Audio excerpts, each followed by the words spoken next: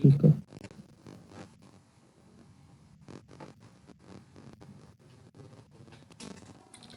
आज हमारी third class है इसकी। ठीक है, तो कल हमने कहाँ तक कर लिया था, ये how is cultural heritage preserve. ठीक है ना, यहाँ तक हमने पढ़ लिया था कल। और हमने क्या पढ़ा था, आई थिंक ये वाला हुआ नहीं था, आई थिंक। हाँ, ठीक है ना। तो हम कैसे, हाँ नहीं नहीं, कर लिया था। इसमें हमने क्या किया पढ़ा था, एग्जामिनेशन करते हैं, फिर डॉक्यूमेंटेशन करते हैं, फिर उस चीज़ का ट्रीटमेंट करते हैं, है ना। उनकी प्रिवेंटिव केयर करी जाती है कि क्या कमी आ रही है उसके देखभाल में, है ना। तो वो एग्जामिनेशन से पता लगेगा, उसका फिर डॉक्यूमेंटेशन किया जाता है कि क्या क्या कमी है, और फिर उसका ट्रीटमेंट करा जाता है। और आगे ऐसी चीज़ खराब ना हो तो उसके लिए प्रिवेंटिव केयर की भी सुविधा करी जाती है ना। और ये सारी चीजें किससे होती हैं, रिसर्च और एजुकेशन के द्वारा की जाती हैं। यानी कि जो जैसे ताजमहल है, लाल किला है ना, इनकी अगर कोई भी खराबी आती है तो उससे क्या चला जाता है, रिसर्च किया जाता है कि भाई ऐसा चीज क्यों हो रही है। भाई जो ताजमहल पीला पड़ा था तो उसके पीछे का कारण क्या था कि क्लाइमेट चेंज हो रहा है, पॉल्यूशन बहुत हो रहा है आगरा में। तो ये चीजें कैसे पता चली, किससे, के रिसर्च के द्वारा, जो उसके वैज्ञानिक हैं हमारे आर्कियोलॉजिकल सर्वे ऑफ इंडिया के, है ना। तो उनके द्वारा जो रिसर्च करी गई, एजुकेशन उनके द्वारा बताया गया मिनिस्ट्रीज वगैरह को, रिलेटेड मिनिस्ट्री को, तो उससे हमें पता चला कि भाई इसके लिए पॉल्यूशन जिम्मेदार है। तभी तो सुप्रीम कोर्ट ने ये ऑर्डर दिए कि भाई यहाँ से जितनी भी फैक्ट्रीज हैं, वो 50 से 100 किलोमीटर के बीच की जितनी भी फैक्ट्रीज हैं, ईंट के भट्टे थे यहाँ पे बहुत सारे, जिससे धुआं बहुत होता था, है ना। तो वो सब चीजें बंद कराई गई, इसीलिए ये सारे एक्शन लिए गए। फिर इसके बाद आया था ग्रेडिंग ऑफ लिस्टेड बिल्डिंग और लिस्टेड प्रीसिंक्ट। यानी कि अब हम ग्रेडिंग कैसे करेंगे कि किसी कौन सी बिल्डिंग कितनी पुरानी है ना, कितना उसका हेरिटेज महत्व है उसका, ये सारी क्या ग्रेडिंग होती है। तो ग्रेडिंग में क्या होता है कि ये 3 कैटेगरी में होती है। पहली बात तो, है ना, the definition of these and basic guideline for development permission are as follows. Listing does not prevent change of ownership or uses. However, change of use of such listed heritage is not permitted without the prior approval of the Heritage Conservation Committee. Use should be in harmony with the state listed heritage site. यानी कि इसमें क्या होता है, आपको अगर जो भी हमारी गाइडलाइन दी जाती है ग्रेडिंग के समय, है ना, उससे क्या है उसकी ओनरशिप पे कोई फर्क नहीं पड़ता। मतलब ऐसा नहीं है कि कोई कंपनी ने गाइडलाइन अगर प्रोवाइड कर दी है कि भाई यहाँ पे इसके आगे आदमी नहीं आना चाहिए, है ना। मतलब अलग अलग कंपनी बताती हैं, गाइडलाइन देती हैं केवल। अब आपको फोर्स कितना करना है, उसको कितना लागू करना है, इन्फोर्स करना है कि नहीं करना, ये सब क्या होता है सरकार के ऊपर निर्भर करता है। ठीक है ना। अब उन्होंने अगर कोई गाइडलाइन दे दी किसी ने, तो इसका मतलब ये नहीं कि उनकी वो ओनरशिप है उस पर, कि इसलिए उन्होंने गाइडलाइन दी है। ठीक है ना। और दूसरी बात कि जो भी आपको अगर यूज करना है ना, उसको जैसे क्या होता है ना, फिल्म शूटिंग वगैरह होती है, या फिर कोई अपने मतलब ज्यादातर फिल्म की शूटिंग ही होती है इन जगहों पे, मॉन्यूमेंट्स वगैरह पे, है ना। तो उसके लिए क्या है, पहले से प्रायर नोटिस करके, और आपको जो हेरिटेज कंजर्वेशन कमेटी है, या फिर जैसे हमारे यहाँ है ASI, archaeological survey of India, यही सब चीजें देखती है वो, है ना। तो उससे क्या लेना पड़ता है, आपको पहले से अप्रूवल लेना पड़ता है, तभी आप उस बिल्डिंग को यूज कर सकते हो अपने कॉमर्शियलाइज करने के लिए, है ना। ये नहीं, अब जैसे क्या होता है, जैसे हमारा टाई नेचर वॉक है ना, और मेहताब बाग है, यहाँ पे क्या होता है, वीडियो शूटिंग बहुत होती है। या फिर आप किसी भी गार्डन में चले जाओ, वहाँ पे क्या होती है, शूटिंग बहुत होती है। मॉन्यूमेंट्स वाली जगह पे क्यों लेते हैं, ताकि उससे बैकग्राउंड अच्छा आता है, अच्छी वीडियो बनती है। तो उसके लिए है ना, आपको पहले फीस भरनी पड़ेगी, उसके लिए नोटिस देना पड़ेगा कि हमें इस तरीके की शूटिंग करनी है यहाँ पे, तो उसकी परमिशन लेनी पड़ेगी। ठीक है ना। और उसके लिए फिर है ना, आपकी जैसे जो फीस लगती है, जैसे आप ताजमहल में जा रहे हो तो 50 रुपए फीस है आपकी। तो अगर आपको शूटिंग करनी है तो उसके लिए अलग फीस देनी पड़ती है आपको। तो ये सारी चीजें क्या आ जाती हैं कि आपके पहले से आपको नोटिस देना पड़ेगा, उसकी फिर आपको परमिशन लेनी पड़ेगी, तब जाके आपको ये सारी सुविधाएं मिल सकती हैं। Heritage sites and monuments are often characterized into three grades or levels to help prioritize and manage there preservation and conservation, यानी कि जो हमारी जो ग्रेडिंग करी जाती है वो मैंने बताया पहले कि तीन कैटेगरी होती है उसकी। उससे हमें ये पता चलता है कि कौन सी हमारी प्रायोरिटी पे रहनी चाहिए। जैसे हमारा जो ताजमहल है वो क्या है, ग्रेड 1 में रहेगा, है ना। और जैसे ये है, क्या नाम है, ये, अरे मरियम टॉम, है ना, ये क्या है, ये ग्रेड 3 में आ जाएगा क्योंकि इसकी इतनी महत्वता नहीं है। और अकबर टॉम है तो वो थोड़ा सा महत्व रखता है तो वो ग्रेड 2 में आ जाएगा, है ना। जिसकी मतलब जिसकी प्रायोरिटी जितनी ज्यादा होगी उसका ग्रेड उतना ही अच्छा होगा। ग्रेड 1 नीचे दे रखा है, जैसे grade 1 heritage sites and monuments are of the highest significance and are considered to be outstanding culture, historical, or architectural values. They are often national treasure and may also hold international importance. These sites are typically well preserved and meticulously protected. They are essential to a country's identity and often receive significant government funding for their conservation. यानी कि ये क्या होती है, मैंने जैसे बताया कि जो ग्रेड 1 में होगा उसकी जो महत्वता है वो ज्यादा होगी, है ना। उसी को हम क्या रखेंगे, ग्रेड 1 में रखेंगे, सबसे टॉप टीयर मतलब, है ना। और वो क्या है, आपको क्या दिखाने की कोशिश करेगी, वो आपके कल्चर से, आपके ट्रेडिशन से, आपका आर्किटेक्चर जो होगा उसका वो इतना अलग होगा कि वो ग्रेड 1 की श्रेणी लायक होगा, है ना। ये नहीं कि आप किसी को भी उठा के ग्रेड 1 में रख दो, है ना। उसकी क्या होनी चाहिए, कल्चरल, हिस्टोरिकल और आर्किटेक्चरल वैल्यू कैसी होनी चाहिए, बहुत ही ज्यादा हाई होनी चाहिए। तो इसलिए उसे क्या रखा जाएगा, ग्रेड 1 में रखा जाएगा। और ये क्या होते हैं, ये हमारे नेशनल और इंटरनेशनल के वैल्यूज के लिए भी बहुत ज्यादा इंपॉर्टेंट होते हैं। जैसे क्या है, ताजमहल हर कोई जानता है, लाल किला हर कोई जानता है ना। और गेट वे ऑफ इंडिया हर कोई जानता है, इंडिया गेट हर कोई जानता है, देश विदेशों में नाम है इनका, है ना। लेकिन आप ये पूछो किसी से कि मरियम टॉम पता है तुम्हें, किसी को नहीं पता होगा, है ना। तो ये इस तरीके से उसकी कैरेक्टराइज किया जाता है इनको ग्रेडों में, ठीक। और इसमें जैसे एग्जांपल दिए हैं ग्रेड 1 के लिए, कि जैसे pyramid of Giza in Egypt और the great wall of China, इसमें हम अपना ताजमहल भी रख सकते हैं एग्जांपल में, है ना। तो ये सारे क्या हो जाते हैं, हमारे एग्जांपल हैं। जैसे भाई पिज्जा, सॉरी, गीजा का पिरामिड क्या है, वो एक नेशनल ट्रेजर के तौर पे उसे रखा जाता है। क्यों रखा जाता है, क्योंकि एक तो वो रिसर्च का बहुत बड़ा सब्जेक्ट है कि भाई इतना इतना ऊंचा, इतना बड़ा, इतना विशाल का है, बना कैसे दिया, है ना। और उसके अंदर जो अलग अलग तरीके की कलाकृतियों के द्वारा उसकी राइटिंग्स हैं, है ना, जो लिखी हुई है अभी भी लिपि, जो कि पूरी तरीके से डिकोड नहीं की जा सकी है, तो उसके लिए भी वो क्या रहता है, एक तरीके से अट्रैक्शन वाला पॉइंट है वो, जो कि देश विदेश के वैज्ञानिकों को, जो आर्कियोलॉजिकल साइंटिस्ट होते हैं, उनको अट्रैक्ट करता है इस चीज के लिए। तो उससे क्या होता है, हमारा टूरिज्म भी बढ़ता है इन चीजों से।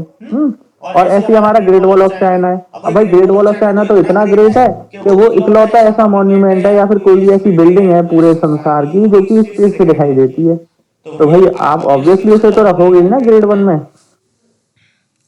क्या हो गया, कुछ बोल रहे हो क्या क्या इसमें?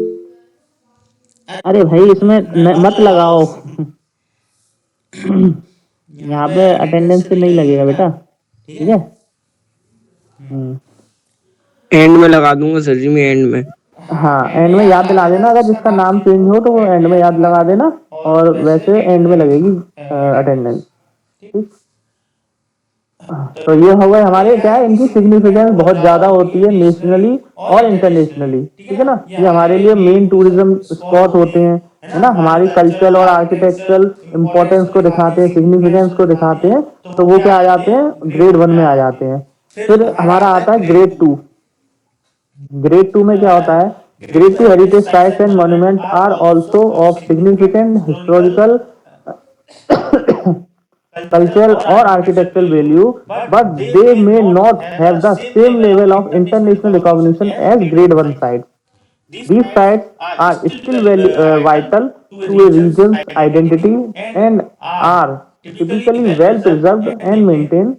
They may receive government or local support for their conservation efforts. ठीक। यानी कि देखो क्या होता है, हाँ ग्रेड 1 के लिए क्या होता है, गवर्नमेंट से फंडिंग भी आती है। जैसे ताजमहल की जो भी मेंटेनेंस होता है वो क्या होता है, गवर्नमेंट के द्वारा कराया जाता है सब कुछ, है ना। उसके लिए ये नहीं कि कोई अलग से बॉडी बनाई गई है, ये डायरेक्ट सेंट्रल गवर्नमेंट के थ्रू पैसा आता है कि इसके रख रखाव के लिए, साफ सफाई के लिए, है ना, उसका जो गार्डन है, उसका जो फाउंटेन है, और कोई भी कुछ भी दिक्कत होती है, विदेशी बहुत आते हैं तो उनके लिए सुविधाएं करना, है ना, व्हील चेयर का इंतजाम करना, देखा होगा आप लोगों ने। तो ये क्या होती है, गवर्नमेंट के द्वारा फंडिंग होती है ग्रेड 1 में। लेकिन ग्रेड 2 क्या है, देखो भाई सब में हिस्टोरिकल है, भाई मॉन्यूमेंट है, हिस्टोरिकल साइट्स हैं, तो यानी कि वो हिस्ट्री और कल्चर का पार्ट तो रहेंगी, है ना, उनकी आर्किटेक्चर वैल्यू भी रहेगी, लेकिन वो इतने फेमस नहीं है जितने की ग्रेड 1 होते हैं। जैसे मैंने अभी बताया ना, एग्जाम्पल दिया क्या, एतमाद दौला हो गया और हमारा अकबर टॉम्ब हो गया, ये क्या है ग्रेड 2 में आते हैं। ग्रेड 2 इसलिए कहे जाएंगे क्योंकि इनका भाई सिग्निफिकेंस इतना है, मतलब है थोड़ा बहुत है, लेकिन उतना नहीं है जितना कि ताजमहल और लाल किले का है, कुतुब मीनार का है ना। इन जगहों का है अच्छा खासा सिग्निफिकेंस है, नेशनली भी और इंटरनेशनली भी। ठीक, लेकिन इन जगहों का क्या है, इतना नहीं है कि जी आप सोचोगे भाई हम स्पेशली इन्हीं लोगों इन्हीं को देखने जाएं, इन वाली हेरिटेज साइट्स को देखने जाएं, है ना। तो ये सारी क्या आ जाती है, ग्रेड 2 में आ जाती है। ये क्या है, और ये क्या, ये हो सकता है कि इनको जो फंडिंग मिलती है वो गवर्नमेंट के थ्रू तो मिलती है ना, और हो सकता है लोकल सपोर्ट से भी फंडिंग मिल सकती है। ठीक है, एग्जाम्पल में देखिए, हेरिटेज हेरिटेज साइट क्या है, जैसे यूरोपियन सिटी, है ना, मेडिवल कैसल, यानी कि जो मौर्य काल, गुप्त काल, है ना, ये वाले जो किले बने हुए हैं उनके, जैसे एक आपने शायद देखा हो नहीं देखा हो, आगरा के बिल्कुल बॉर्डर पे, कौन सी जगह है वो, बिल्कुल राजस्थान का बॉर्डर है, वहां पे ना आला उदल का एक किला है। आला उदल कौन थे, वो पृथ्वीराज चौहान के समय के रूलर थे, मतलब रूलर क्या, वो थे एक तरीके से योद्धा थे, है ना, बहुत फेमस है पृथ्वीराज चौहान के साथ उनकी हिस्ट्री है, ठीक है ना, कभी समय मिले तो पढ़िएगा। आला उदल का एक किला है, ठीक है ना। मैं जगह का नाम भूल रहा हूँ उसका, अरे अभी ध्यान आएगा तो मैं आपको बताऊंगा। तो वो बिल्कुल क्या है, राजस्थान के बॉर्डर पे है, तो वो एक किला है, ठीक है, वहां पे मंदिर भी बना हुआ है, तो लोग वहाँ जाते हैं, उसे भी विजिट करने जाते हैं। क्यों, क्योंकि कुछ लोग होते हैं उनके वंशज भी हैं आलाउदल के, है ना, जो वहां रहते हैं लोकल, और कुछ लोग हैं जो कि मानते भी हैं, जैसे जो ठाकुर लोग होते हैं, है ना, हम ठाकुर लोग जो होते हैं वो क्या है, उन्हें मानने भी वाले होते हैं। तो क्षत्रिय लोग जो होते हैं उन्हें काफी मानते हैं, ठीक है। तो उनका किला है, तो उसमें क्या मंदिर का निर्माण करा दिया गया है, तो वो, और पता है वो काफी ऊंचाई पे भी है, दूर से दिखाई देता है आपको, है ना। ऐसे किले आपको राजस्थान में बहुत सारे किले मिलेंगे, है ना, जितने भी राजा महाराजा ज्यादा आपको देखने को मिलते हैं ना किले, कहाँ देखने को मिलेंगे, सबसे ज्यादा राजस्थान में मिलेंगे। और उनका मतलब सिग्निफिकेंस भी बहुत अच्छा, मतलब बहुत अच्छी आर्किटेक्चरल वैल्यू रखी जाती है उनकी, है ना। तो ये क्या आ जाते हैं आपके सारे ग्रेड 2 में आ जाते हैं। और जैसे हेरिटेज सिटी, आप सिटी में वेटिकन सिटी ले लो, है ना, वेटिकन सिटी तो चलो ग्रेड 1 में आ सकता है क्योंकि वहां पे क्या है, पोप रहते हैं, है ना, वेटिकन चर्च है वहां पे, और क्या मतलब सबसे मेन जो चर्च है पूरी क्रिश्चियनिटी का वो वहां पे है, वहां पे उनके सबसे बड़े संत हैं वो बैठते हैं, है ना, तो इसलिए वो बहुत ही हाई वैल्यू रखता है। लेकिन जैसे और भी फ्रांस का पेरिस है ना, वो फैशन के लिए बहुत फेमस है। और समय ये नहीं कि वो अभी से फेमस हुआ है, वो बहुत पहले से फैशन इंडस्ट्री रहा है ना, फ्रांस का जो भी पेरिस शहर जो है वो बहुत बहुत प्राचीन काल से फैशन इंडस्ट्री रहा है ना। और जैसे हमारा क्या है, हमारा उड़ीसा का पुरी है ना, तो वहां पे क्या है, जगन्नाथ मंदिर है, तो भगवान जगन्नाथ की पूजा करी जाती है, तो उसकी सिग्निफिकेंस अलग है उड़ीसा के पुरी की। तो ऐसे ही अलग अलग शहर जो होते हैं उनकी मान्यताएं अलग हैं, उनकी सिग्निफिकेंस अलग है, अपने ट्रेडिशन के लिए, कल्चर के लिए, है ना। ये सारी चीजें किसमें आ जाती है, हमारे ग्रेड 2 में। फिर आ जाता है हमारा grade 3। Grade 3 heritage sites and monuments are of local or regional importance, while they may not hold the same level of national or international significance as grade 1 or 2 sites. They are still valuable to the culture and historical heritage of a specific era. These sites may not always be as well preserved, and their conservation efforts often rely heavily on local community involvement and support. यानी कि ये जैसे grade 1 और 2 की तरह इतने famous नहीं होते, ये बात तो आप लोग समझ ही गए। तो भाई ग्रेड 3 है तो यानी कि सबसे निचले स्तर पे है ना। तो वो इतनी सिग्निफिकेंस नहीं रखते, लेकिन क्या है कि जैसे मैंने अभी बताया कि मेरे को याद भी नहीं आ रहा वो जगह का नाम, है ना। तो ये एक तरीके से उसी को ग्रेड 3 मान लो आप, कि कुछ ही लोग वहां के जो लोकल लोग हैं, है ना, वही लोग उसे सपोर्ट कर रहे हैं उस जगह को। जो आला उदल का किला है, वहां पे मंदिर जो बना है, वो क्या है, किसी गवर्नमेंट ने नहीं बनाया, वो वहां के लोगों ने बनाया, है ना। तो जो जगह होती है उसका सपोर्ट क्या किया जा रहा है, लोकल के द्वारा किया जा रहा है।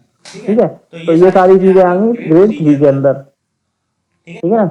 अब क्या है, इसको हम historical village local museum that showcase regional history and culture.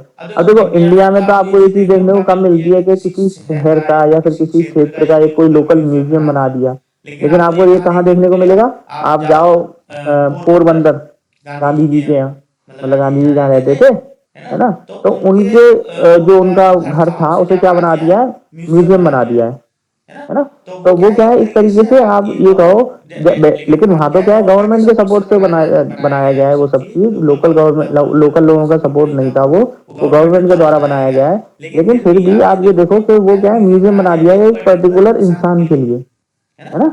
उनकी जो भी सारी उन्होंने वहां पे काम किए उनको दिखाता है, वहां पे वो सूट काटते थे, है ना, वो चीजें रखी हुई है, सूट वाली मशीन रखी हुई है, और जिस तरीके से उनका रहन सहन था वो दिखाया जाता है, और उसे बिल्कुल वैसे के वैसे ही रखा जाता है, रोज सफाई होती है उसकी, है ना। जो चीजें जिस हिसाब से पहले थी, आज से करीब करीब 60 70 80 साल पहले, वो उनको वैसे ही रखे जाने की कोशिश करी जाती है। ठीक है ना। तो ये सारी चीजें आ जाती हैं हमारे इसमें, कि जिनकी सिग्निफिकेंस इतनी ज्यादा नहीं है, लेकिन वो वैल्यूबल है हमारे कल्चर के लिए, हमारे ट्रेडिशंस के लिए, है ना, और उनकी आर्किटेक्चर वैल्यूज के लिए उनकी सिग्निफिकेंस है, लेकिन उतनी नहीं है जितनी की ग्रेड 1 और ग्रेड 2 की होगी नेशनली और इंटरनेशनली।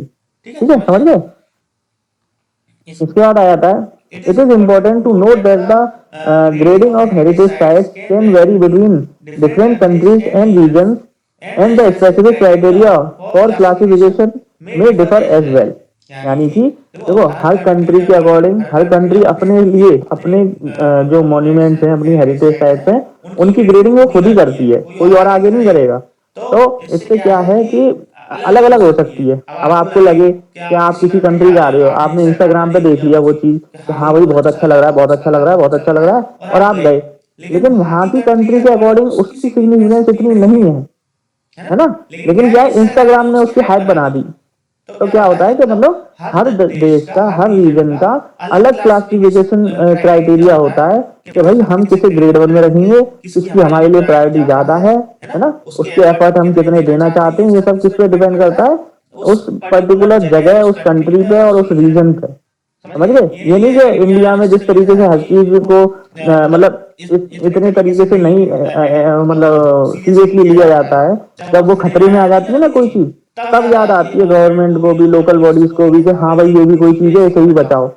आज से ये मानो कम से कम नहीं तो 5 से 10 साल पहले जो मरियम टॉम था ना, उधर लोग अब जाने से भी डरते थे, है ना। वहां पे क्या लगता था कि भाई गुंडे रहते हैं, है ना, कोई आदमी नहीं निकलेगा वहां से, और क्या कहते हैं मतलब गंदा संदा सा पड़ा हुआ है। लेकिन आज आप जाके देखो, एकदम साफ सुथरा है, वहां पे बकायदा गार्ड बैठा होगा, बकायदा टिकट लगेगी आपकी, पहले ना टिकट लगती थी, ऐसे घुसे रहते थे लोग वहां। और अंदर जाके देखो आप तो बिल्कुल एकदम हरा भरा बढ़िया, एकदम बीच में बना हुआ है महल टाइप में छोटा सा, है ना, वो मकबरा ही है। मैंने आपको बताया था ना 14 भाई का मकबरा है। तो वो क्या है, पहले नहीं था ऐसा, लेकिन अब हमारे लिए जैसे क्या हुआ ना उसका बिल्कुल वो एंडेंजर्ड हो गया वो जगह, कि भाई ये तो इतनी अच्छी जगह थी और इसके हाल देखो कैसे हुए। तब सरकार को ध्यान आया कि अरे भाई ये भी कोई जगह है। तब उसके ऊपर क्या हुआ, एएसआई वाले आए, एएसआई ने उसे देखा कि भाई इसकी तो बहुत बुरी हालत है, ये तो अकबर की बीवी थी, उसका मकबरा है, चलो इसे भी ठीक कर लो, है ना।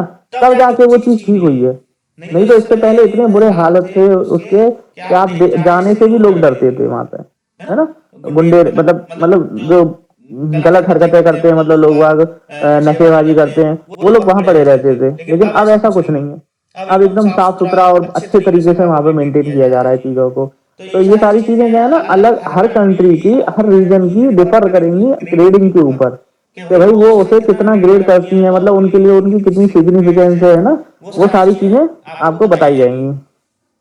फिर इसके बाद क्या आ जाता है, हमारी जो scientific process of preservation and conservation of historical building, उसके बारे में बात कर लेते हैं।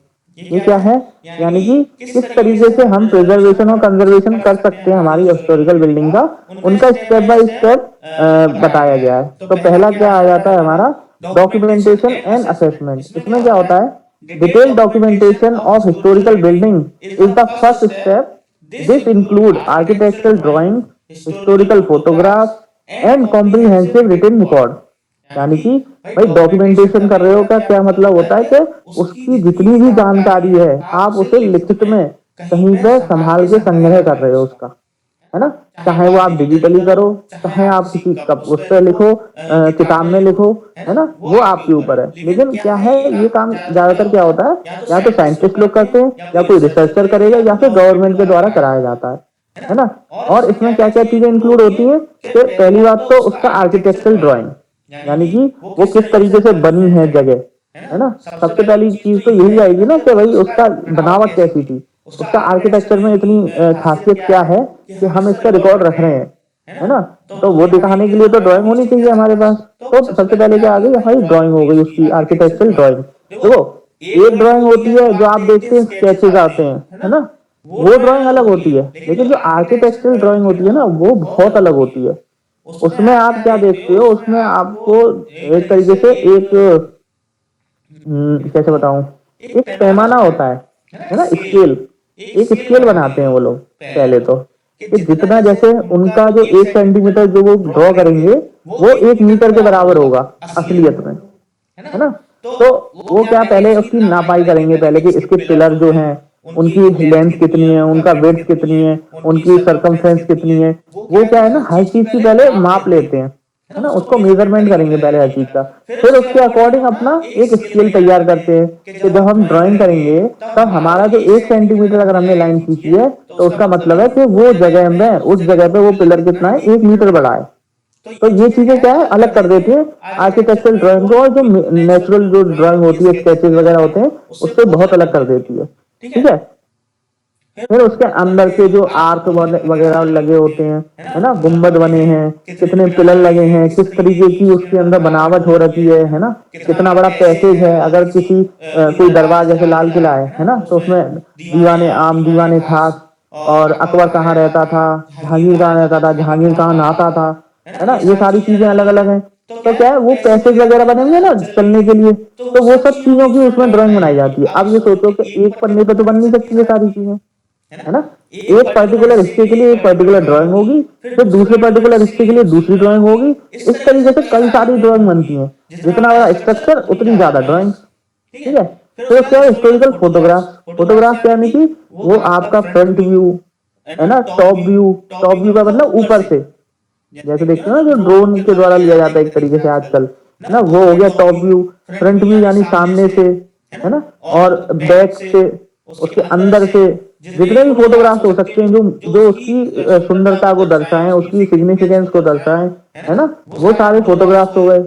फिर कॉम्प्रिहेंसिव रिटन रिकॉर्ड। और कॉम्प्रिहेंसिव रिटन रिकॉर्ड यानी कि उसके अंदर क्या होता था, वो किस समय का बना हुआ है, किस राजा के द्वारा बनाया गया, है ना, उसकी क्या खासियत है, ये सारे रिटन रिकॉर्ड।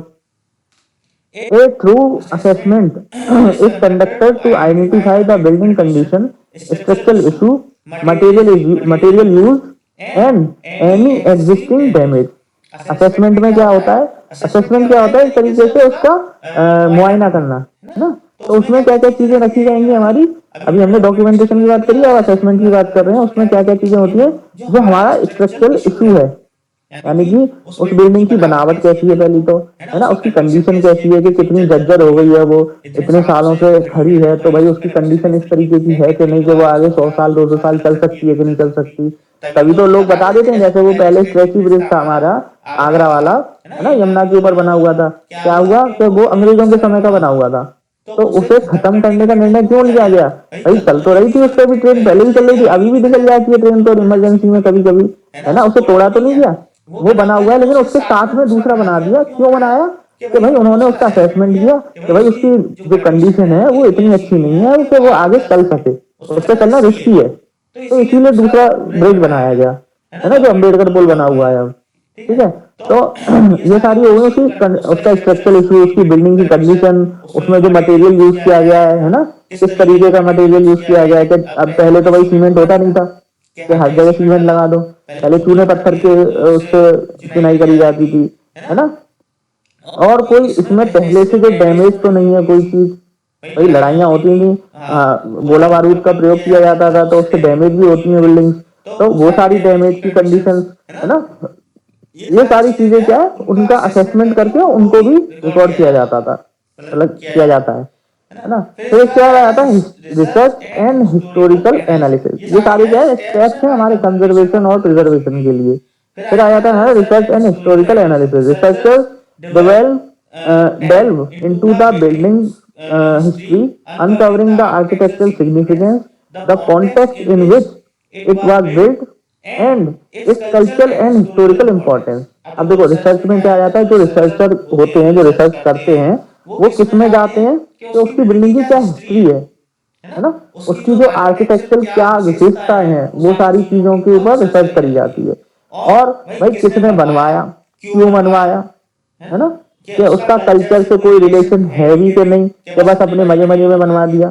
जैसे अकबर ने बनवा दी वो ये फतेहपुर सीकरी, है ना, उसने क्यों बनवा दी कि वो उसका जो गुरु था मोइनुद्दीन, मतलब उसके जो गुरु थे मोइनुद्दीन चिश्ती, है ना, उनके लिए उसने बनवा दिया।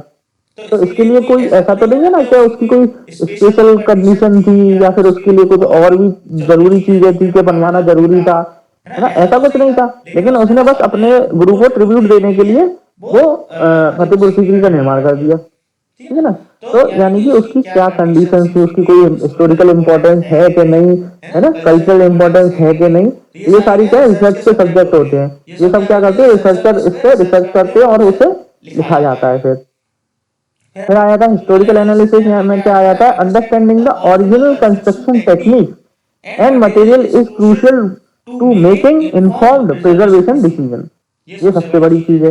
ये क्या है कि जो भाई हमने बनाया उस समय बना, भाई बहुत पुरानी बात है, उस समय कोई मशीन भी नहीं थी ना, इतनी साइंटिफिक चीजें थी हमारे पास, है ना, कि सीमेंट नहीं था जिससे होल्ड अच्छा हो उसका, है ना। तो उसमें किस चीज का यूज किया गया कि भाई वो इतनी यूनिक, मतलब इतनी बड़ी बिल्डिंग बनी हुई है लेकिन फिर भी बढ़िया तरीके से खड़ी है ना, उसकी कोई टेक्निक होगी ना अलग तरीके की। अब जैसे ताजमहल बनाया है, उसकी नींव में किस तरीके से उसे यमुना के पास इसलिए बनाया गया कि जो यमुना की जो नमी है ना, पानी से नमी रहती है ना जमीन में, तो उससे क्या है ना उसकी जो बीम है नीचे, नींव जो है वो मजबूत रहे, ठीक है ना। अब क्या है कि अब धीरे धीरे यमुना सूख रही है तो वो उसकी जो नींव है जो, है ना, वो क्या है कमजोर होती जा रही है। तो इसलिए बोला जा रहा है कि हो सकता है अगले 200-300 साल तक नहीं टिक पाएगा ताजमहल। क्यों, क्योंकि धीरे धीरे यमुना सूख रही है, पानी कम होता जा रहा है तो नींव भी कमजोर होती जा रही है, तो उससे क्या होता है डैमेज होना शुरू हो जाती हैं चीजें। तो यानी कि जो हमारी टेक्निक यूज करी गई है, मटेरियल यूज किया गया है ना, उसका प्रिजर्वेशन करने में सबसे मेन चीज यही है। जैसे हमने पहले लगाया पता कि भाई ये ताजमहल बना किसका है, संगमरमर का बना है ना। तो हम अगर उसका प्रिजर्वेशन करना चाहते हैं तो हम संगमरमर के ऊपर क्या क्या चीजें इफेक्ट कर सकती हैं उन चीजों को हटाएंगे सबसे पहले हम, है ना, कि धूल के कण नहीं होने चाहिए, साफ सुथरी हवा होनी चाहिए, है ना, पॉल्यूशन कम होना चाहिए। तो ये सारी चीजें क्या है हमारे प्रिजर्वेशन डिसीजन होते हैं। जैसे हमारे जो सुप्रीम कोर्ट ने लिया था कि भाई पॉल्यूशन कम करो, यहाँ पे तो बहुत खतरा हो रहा है ताजमहल को, तो ये क्या है प्रिजर्वेशन डिसीजन था एक तरीके से, ठीक। फिर आ जाता है हमारा stabilization. If a historical building is at risk of immediate structural failure or deterioration, stabilization measures are taken to ensure its safety। यानी कि अगर कोई बिल्डिंग क्या है बिल्कुल गिरासू है, मतलब कभी भी गिर सकती है। जैसे अखबार में आपने काफी देखा होगा, अभी हिंकी मंडी में भी ऐसा ही हुआ था कि बिल्कुल ही वो बिल्डिंग क्या हुई थी, खत्म हो गई थी। तो उसके लिए लोगों के पास नोटिस, जो वहां रह रहे थे आसपास में उस बिल्डिंग में रह रहे थे, उनके पास क्या गया, आगरा के नगर निगम के द्वारा, है ना, एडीए के द्वारा एक नोटिस दिया गया कि भाई ये बिल्डिंग जो है अब इतनी खराब हो चुकी है कि आपका इसमें रहना ठीक नहीं है ना। तो ये क्या है हमारे सेफ्टी मेजर्स होते हैं कि हमारा स्टेबलाइज रह सकती है बिल्डिंग कि नहीं रह सकती है। उससे भाई अगर कोई ये मानो अभी कुतुब मीनार की हालत इतनी खराब हो जाए कि वो अगले 5 साल में गिर जाएगी, है ना भाई। रिसर्च होती है, उसके मटेरियल का पता लग गया कि भाई मटेरियल इतना स्ट्रॉन्ग नहीं बचा है कि वो अगले 5 साल भी टिक जाए। ठीक, तो उसके लिए क्या करेंगे ना कि हम सबसे पहले जो कुतुब मीनार लोगों के लिए खुला हुआ है, सबको देखने के लिए खुला हुआ है, उसे पहले धीरे धीरे कम करेंगे हम कि भाई अब है ना यहाँ पे लोगों को भेजना बंद करो, नहीं तो अगर किसी की गिर गई है तो बहुत बड़ा नुकसान हो जाएगा, लोग मर भी सकते हैं।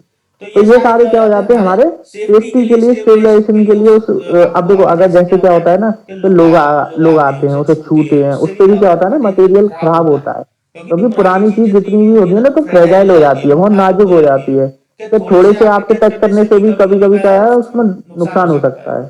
तो ये सारी चीजें भी बंद हो जाएंगी जब, है ना, लोगों का आना बंद हो जाएगा, तो हो सकता है वो 5 या 10 साल भी चल जाए, है ना, वो किसी को नहीं पता। लेकिन हम क्या करते हैं, हम उसकी स्टेबलाइजेशन का आकलन करते हैं कि वो हमारी सेफ्टी के लिए ठीक है कि नहीं। टेम्परेरी सपोर्ट स्ट्रक्चर में be employed until further preservation steps can be initiated.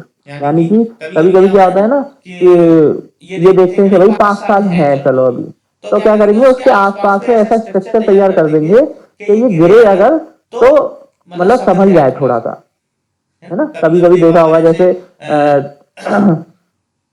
ऐसा कोई एग्जाम्पल है नहीं वैसे जो कि बिल्डिंग गिर रही हो और उसको बचाने की कोशिश करी गई हो, है ना, मेरे ध्यान में नहीं है अभी, है ना। तो लेकिन ये है कि हम क्या कर सकते हैं कि उसके आसपास ऐसा स्ट्रक्चर खड़ा कर दिया जाए कि जिससे कि उसको सपोर्ट मिल सके कि अगर कोई बिल्डिंग झुक गई है अगर किसी तरफ ज्यादा, तो उसके लिए क्या करेंगे, वहां पे हम सपोर्ट लगा देंगे जिससे कि वो स्टेबल रहे, है ना। और फिर उसके लिए फिर हम ये देखेंगे कि भाई जब तक ये स्टेबल रह सकती है तब तक ठीक है, और हम उसके बचाने के लिए और क्या क्या कर सकते हैं कि किया जा सकता है कि नहीं किया जा सकता है इसको बचाने के लिए कोई काम, है ना, वो सारी चीजों के ऊपर फिर काम किया जाता है। फिर आ जाता है conservation plan. Based on the documentation, assessment, and research, a comprehensive conservation plan is developed. This plan outlines the goal, method, and resources required for the preservation project.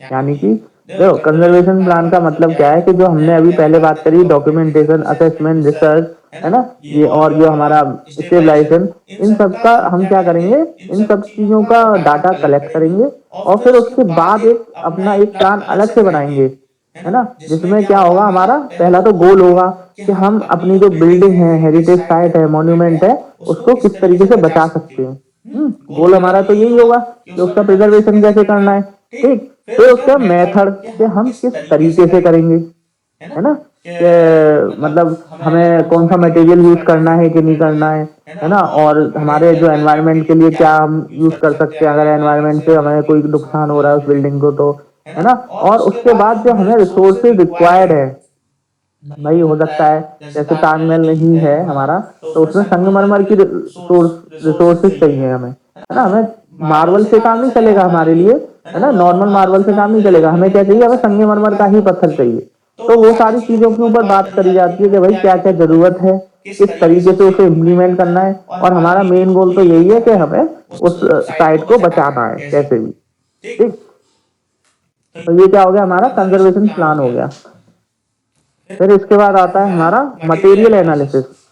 Material analysis में क्या होता है, scientific analysis of the original construction material is conducted to determine their composition, condition, and compatibility with modern restoration material. Knowledge of material is crucial for selecting appropriate restoration products.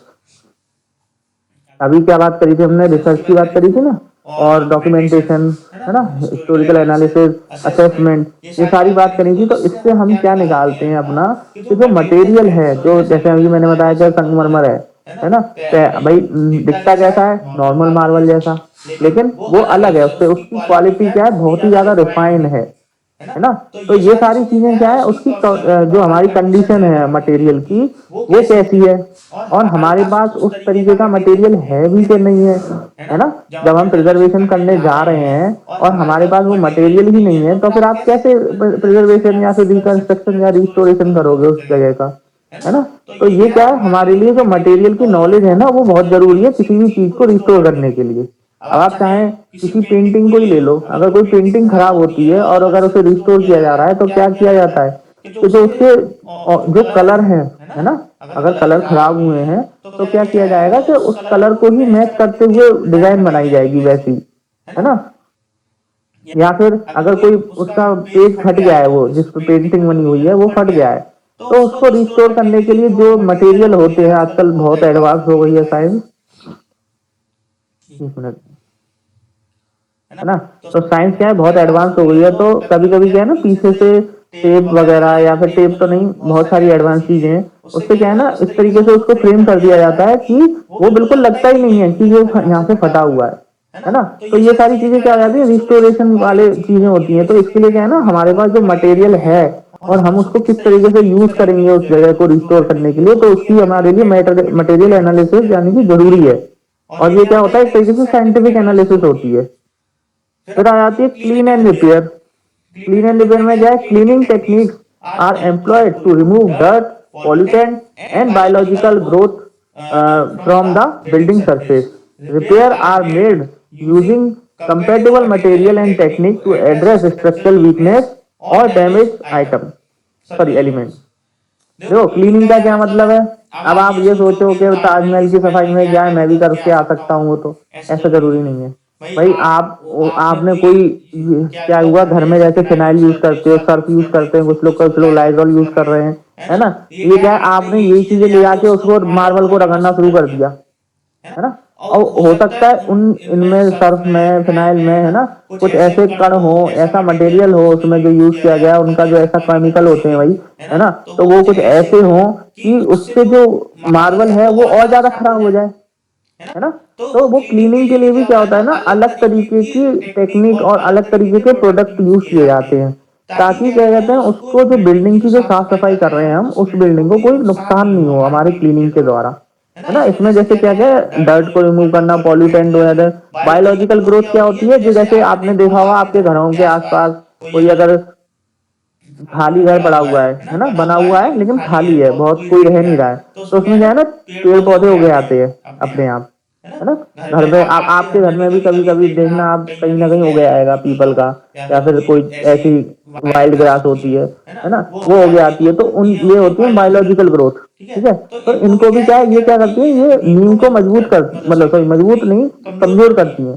तो इनको भी हटाना जरूरी होता है। अगर ये चीज अगर ज्यादा जड़ बना लेती है उस जगह पे, अगर उसको सही समय पे नहीं निकाला जाता है, तो क्या है, वो स्ट्रक्चर को डैमेज कर सकती है ना। फिर आता है रिपेयर। रिपेयर में क्या है कि आपके जो मटेरियल है और जो टेक्निक है ना, जो उस स्ट्रक्चर के अकॉर्डिंग आपको यूज करनी है ना। जो जगह कमजोर हो रही है या जो जगह डैमेज हो चुकी है ना, उसको रिपेयर करने का काम किया जाता है जो मटेरियल और टेक्निक के द्वारा, ठीक। फिर इसके बाद आ जाता है हमारा अगला स्टेप है restoration and reconstruction. Restoration and reconstruction मैंने आपको बताया था पहले भी, इसमें भी पढ़ लेने। Historic feature or sorry historic features or architectural elements that are missing or severely deteriorated may be restored or reconstructed.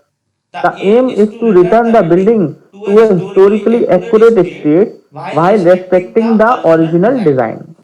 यानी कि जो हमारा इसका मकसद क्या है रिस्टोरेशन और रिकंस्ट्रक्शन का, कि जो भी जगह मतलब नुकसान हुआ है बिल्डिंग को, जो भी खराब हुई है ना, उसको रिस्टोर कर रहे हैं या फिर रिकंस्ट्रक्ट कर रहे हैं उस जगह को, है ना। और उसकी जो पहली शेप थी, मतलब ओरिजिनल जैसी थी वो, उसको जितना एक्यूरेट हम स्टेट में ला सकते हैं उतना एक्यूरेट लाने की कोशिश करी जाती है उस चीज को, है ना।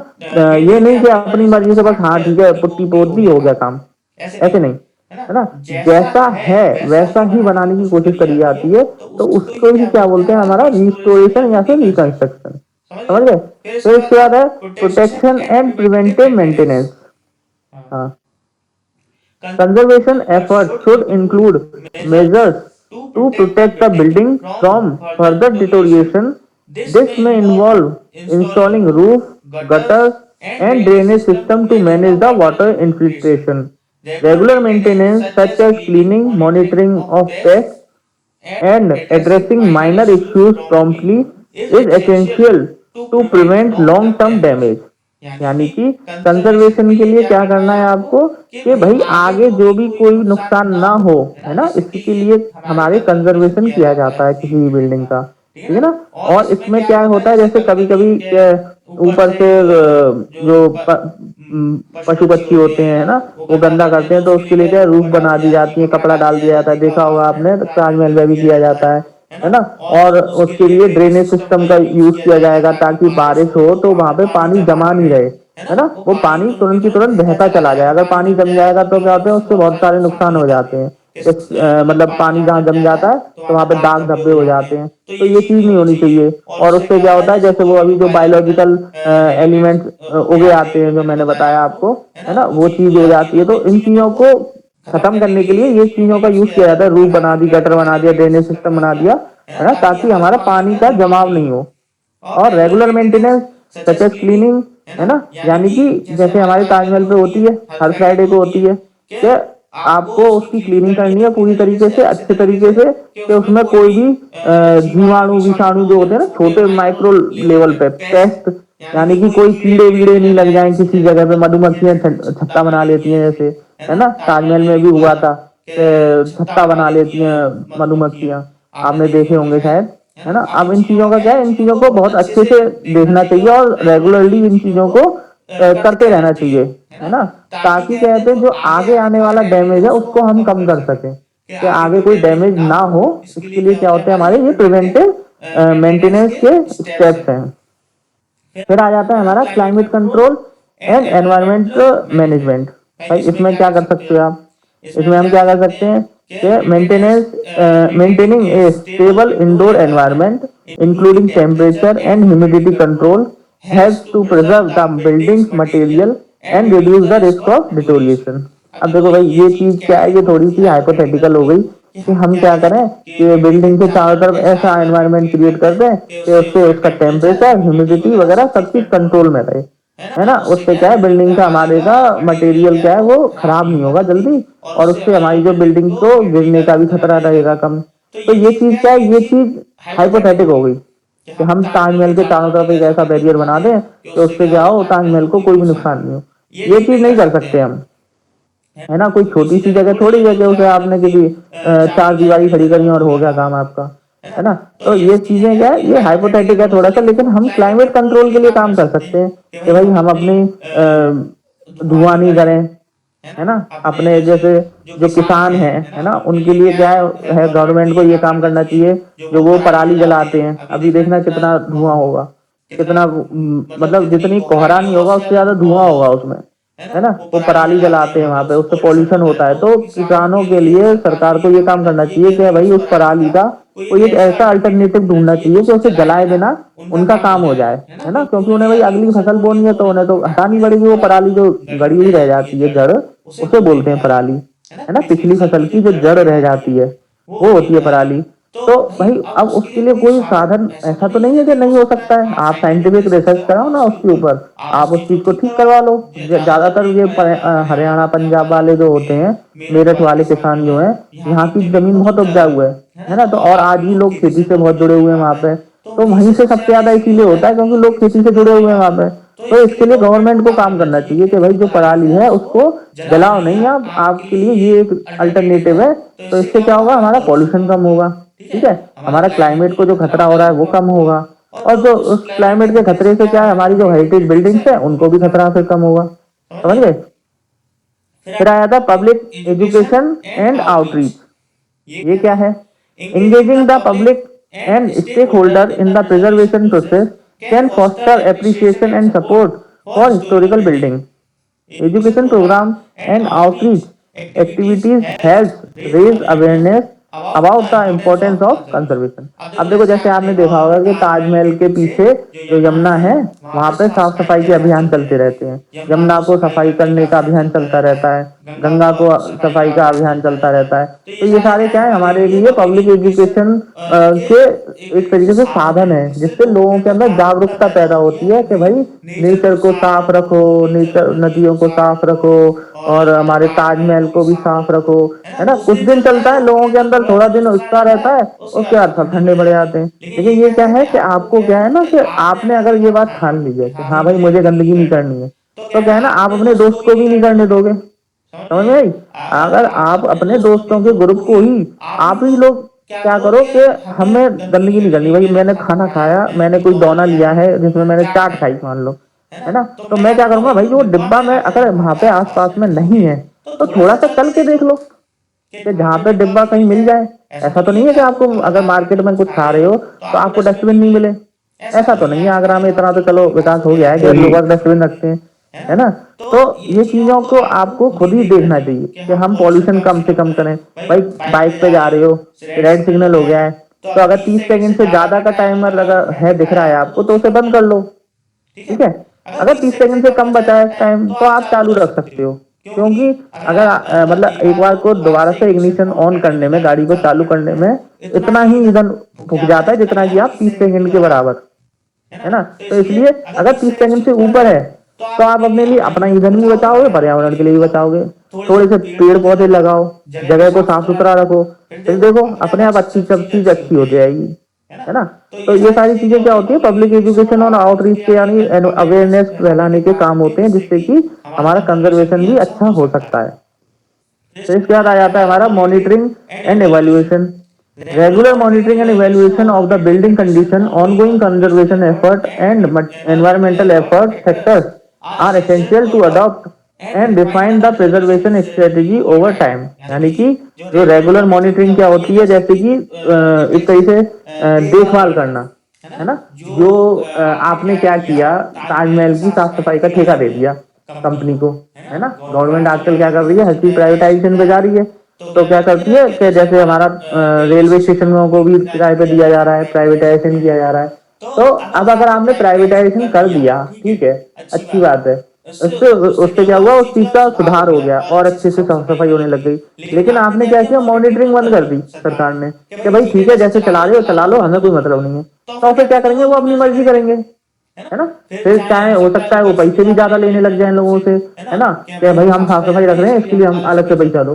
भाई ये तो तुम्हारे कॉन्ट्रैक्ट में है, अगर तुम्हें साफ सफाई नहीं रखोगे तो फिर काय बात के लिए तुम्हें दे रहे हैं गवर्नमेंट, है ना। तो ये क्या होती है, मॉनिटरिंग भी बहुत जरूरी होती है इन जगहों की, कि भाई साफ सफाई है कि नहीं, उसकी बिल्डिंग की कंडीशन कैसी है कि नहीं, अच्छी है कि नहीं, बताओ, रिपोर्ट ला के दो, जो रिसर्च कर रहे हो उसकी रिपोर्ट ला के दो, कैसा मटेरियल कहाँ पे खराबी हो गई है, ये सारी चीजें क्या आ जाती है, मॉनिटरिंग एंड इवेल्युएशन में आ जाती हैं। फिर आ जाता है legal and ethical consideration. Compliances with local and national preservation laws and ethical standard is crucial in conservation of historical building। यानी कि जो भी हमारे लोकल और नेशनल प्रिजर्वेशन लॉ है ना, जैसे अभी जो हमारे ताजमहल के लिए बना दिया ना कि 100 किलोमीटर तक कोई भी फैक्ट्री नहीं लगेगी, कोई ईंट का भट्टा नहीं लगेगा। तो ये क्या एक तरीके से लॉ बन गया, किसने बनाया, हमारे सुप्रीम कोर्ट ने बना दिया। तो भाई अब क्या है ना, इसका अनुपालन आपको करना ही पड़ेगा। अगर आपने नहीं किया उसका अनुपालन तो आपके लिए क्या है, वो दंडनीय होगा, ठीक है ना। तो ये क्या है, ये अलग अलग जगह की अलग अलग होते हैं, लॉज होते हैं जो कि गवर्नमेंट के द्वारा बनाए जाते हैं, ठीक है ना। तो उससे भी क्या है ना, हेल्प मिलती है हमारे कंजर्वेशन करने के लिए, हमें हेल्प करती हैं ये सारी चीजें, कि भाई आपको ये चीज करनी है कि नहीं करनी, है ना, गंगा को सफाई रखनी है कि नहीं रखनी। तो ये क्या है, आपको हेल्प करता है कि आप अपने अच्छे तरीके से चीजों को रख सकते हैं, और जो उसका कंजर्वेशन है वो भी अच्छे से रह सकता है, ठीक। और ये आज हमारी हो गई लास्ट क्लास, ठीक है। और चलिए हमारी लास्ट क्लास हो गई खत्म, आज से आपका कोर्स खत्म होता है आज यहाँ पे। और कोई दिक्कत हो किसी को तो भी बताइए मेरे को। मैं अभी रिकॉर्डिंग बंद कर लूँ पहले।